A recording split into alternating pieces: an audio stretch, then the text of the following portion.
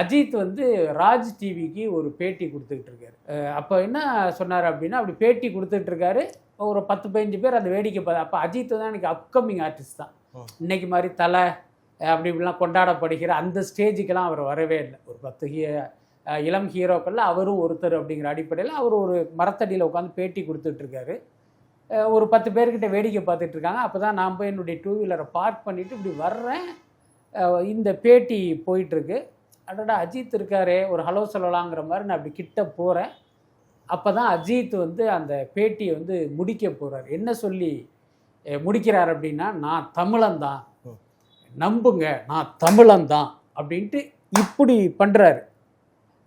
அப்படி பண்ணுறாரு. கரெக்டாக அந்த கேமரா பின்னால் போய் நான் நிற்கிறேன். அஜித் என்னை பார்க்குறாரு.